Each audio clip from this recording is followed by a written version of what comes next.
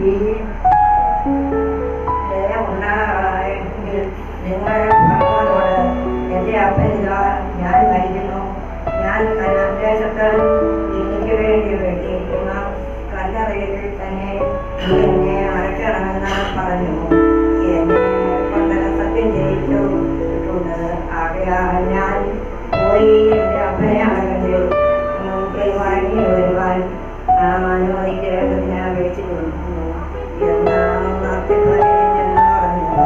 നിന്റെ അപ്പൻ നിന്നെ കൊണ്ട് സത്യം ചെയ്യിച്ചതുപോലെ നീ പോയി അവനെ അടക്കുവാനെന്ന് ഫറവോൻ കൽപ്പിച്ചു. അങ്ങനെ യോസേഫ് അപ്പനെ അടക്കുവാൻ പോയി. ഫറവോന്റെ ഭൃത്യന്മാരും കോവിഡ് അധികാരികളും ഇസ്രായേൽ ദേശത്തിലെ പ്രമാണികളും യോസേഫിന്റെ കുടുംബമൊക്കെയും അവന്റെ സഹോദരന്മാരും പിതൃഭവനവും അവനോടുകൂടെ പോയി. തങ്ങളുടെ കുഞ്ഞുകുട്ടികളെയും ആടുമാടുകളെയും മാത്രം ഗോശൻ ദേശത്ത് വിട്ടേക്ക് പോയി. രഥങ്ങളും കുതിരയാളുകളും അവനോടുകൂടി പോയി. അത് എത്രയും വലിയ കൂട്ടമായിരുന്നു. അവർ ജോർദാൻ അക്കരെയുള്ള ഗോശന്റെ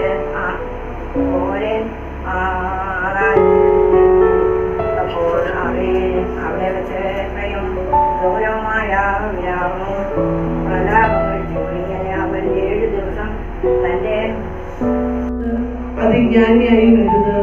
നിന്നെ നീ എന്ത് നശിപ്പിക്കുന്നു? അഭിദുഷ്ടനായിരിക്കരുത്, മൂഢനായിരിക്കരുത്. കാലത്തിന് മുമ്പേ നീ എന്തിനെ മരിക്കുന്നു? നീ ഇത് പിടിച്ചുകൊണ്ടാൽ കൊള്ളാം. അതിൽ നിന്നും നിന്റെ കൈ വലിച്ചു വരരുത്. ദൈവപ്രതി വയലാകുന്ന ഒഴിഞ്ഞുപോലും ഒരു പട്ടണത്തിൽ 10 ബലശാലികൾ ഉള്ളതിനേക്കാൾ ഞാനും ജ്ഞാനിക്ക് അധികം ബലം. പാപം ചെയ്യാതെ നന്മ മാത്രം ചെയ്യുന്നവർ നീതിമാനും ഭൂമിയിലില്ല. പറഞ്ഞു കേൾക്കുന്ന സകല വാക്കും നീ ശ്രദ്ധ കൊടുക്കരുത്. നിന്റെ ദാസൻ നിന്നെ ശപിക്കുന്നത് നീ കേൾക്കാതിരിക്കുന്നത് തന്നെ. നീയും പല പ്രാവശ്യം മറ്റുള്ളവരെ ശപിച്ച പ്രകാരം നിനക്ക് മനോബോധമുണ്ടല്ലോ.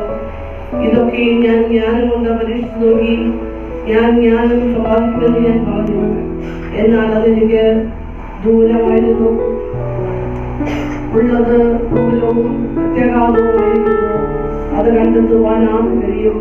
ഞാൻ തിരിഞ്ഞ് അറിവാനും പരിശോധിപ്പാനും ജ്ഞാനവും യുക്തിയും അന്വേഷിപ്പാനും ദോഷത്തോടും മൂഢത ഭ്രാന്തെന്നും ഗ്രഹിക്കാനും അനുസരിച്ചു. മരണത്തെക്കാൾ കൈപ്പായിരിക്കുന്ന ഒരു കാര്യം ഞാൻ കണ്ടു. ഹൃദയത്തിൽ കെണികളും പലകളും കയ്യിൽ പാശങ്ങളുള്ള സ്ത്രീ തന്നെ. ദൈവത്തിന് പ്രസാദമുള്ളവൻ അവളെ ഒഴിഞ്ഞ് രക്ഷപ്പെടും. പാവിയോ അവളാൽ പിടിപ്പെടും. കാര്യം പറയേണ്ടതിന് ഒന്നോടൊന്ന് ചേർത്ത് പരിശോധിച്ച് നോക്കിയിട്ട് ഞാനിതാകുന്നു കണ്ടത്. എന്റെ സ്വഭാവം പറയുന്നു. ഞാൻ താല്പര്യമായി അന്വേഷിച്ചുകൊണ്ടിരിക്കുന്നുവെങ്കിലും കണ്ടെടുക്കാത്തത് 1000 പുരുഷനെ ഞാൻ കണ്ടെത്തിയെങ്കിലും ഇത്രയും പേര് ഒരു സ്ത്രീയെ കണ്ടെത്തിയില്ല എന്നത്രേ. ഒരു കാര്യം മാത്രം ഞാൻ കണ്ടിരിക്കുന്നു. ദൈവം മനുഷ്യനെ ദേവനായി സൃഷ്ടിച്ചു. എന്നും വെളിച്ചമായി ദൈവം ഞാൻ എന്റെ പാതയിൽ എന്നും വെളിച്ചമായി നയിക്കുന്ന ദൈവം. ഭയപ്പെടേണ്ട മകനേ മകളെ, ഞാൻ നിന്റെ ദൈവമല്ലേ. കരയരുതേ ഇനി എൻ കൺമണിയേ, ഞാൻ നിന്റെ കൂടെയില്ലേ. ഭയപ്പെടേണ്ട മകനേ മകളെ, ഞാൻ നിന്റെ ദൈവമല്ലേ. കരയരുതേ ഇനി എൻ കൺമണിയേ, ഞാൻ നിന്റെ കൂടെയില്ലേ. ഭയങ്കരമായ ന്യായവിധികൾ ഇവനെ നീ ശിക്ഷിക്കരുത്. നിരാശയിലേക്ക് ഇവനൊട്ടായി ചെയ്യുന്നത് ഇവനെ അഗ്നിയുടെ അവകാശമായി നീ നിശ്ചയിക്കരുത്. നിന്റെ കൃപയിൽ നിന്ന് ഇവൻ നിരോധിക്കപ്പെടുകയും വരുവേ. നിന്നെ സ്നേഹിച്ചുള്ള കൂട്ടത്തിൽ നിന്ന് വേർതിരിക്കപ്പെടുവാനിടയാകാതെ നിന്റെ കരുണയും ചിറക് വിരിച്ചവൻ നീ സംരക്ഷിക്കണമേ. നിന്റെ ദിവസത്തിനായി സന്തോഷപൂർവ്വം കാത്തിരിക്കുന്ന നിന്റെ സകല സ്നേഹിതന്മാരും വത്സലന്മാരും ഒരു വേണ്ടി നിന്നോട് അപേക്ഷിക്കുമാറാകണമേ. നിന്റെ രാജ്യത്തിന് അവനെ അർഹനാക്കണമേ. മുഖവർഷമില്ലാത്തവനും അവനവന്റെ പ്രവർത്തിക്ക് തക്ക പോലെ എല്ലാവർക്കും പ്രതിഫലം നൽകുന്നതുമായ നീതിയും സത്യമുള്ള ന്യായാധിപതിയായുള്ളവേ, ഇവൻ സന്തോഷാനന്ദങ്ങളോടെ നിന്റെ കൂടെ മണവരിലേക്ക് പ്രവേശിക്കുകയും നിന്റെ കരുണയെയും കവിയും തുതിച്ച് പാടുകയും ചെയ്യുമാറാകണമേ. ഞങ്ങൾ നിനക്ക് എല്ലാവരും വിശുദ്ധ സഹായിക്കും. ഇപ്പോഴും സ്തുതിയ സ്തോത്രം അറിയുന്ന മോശോ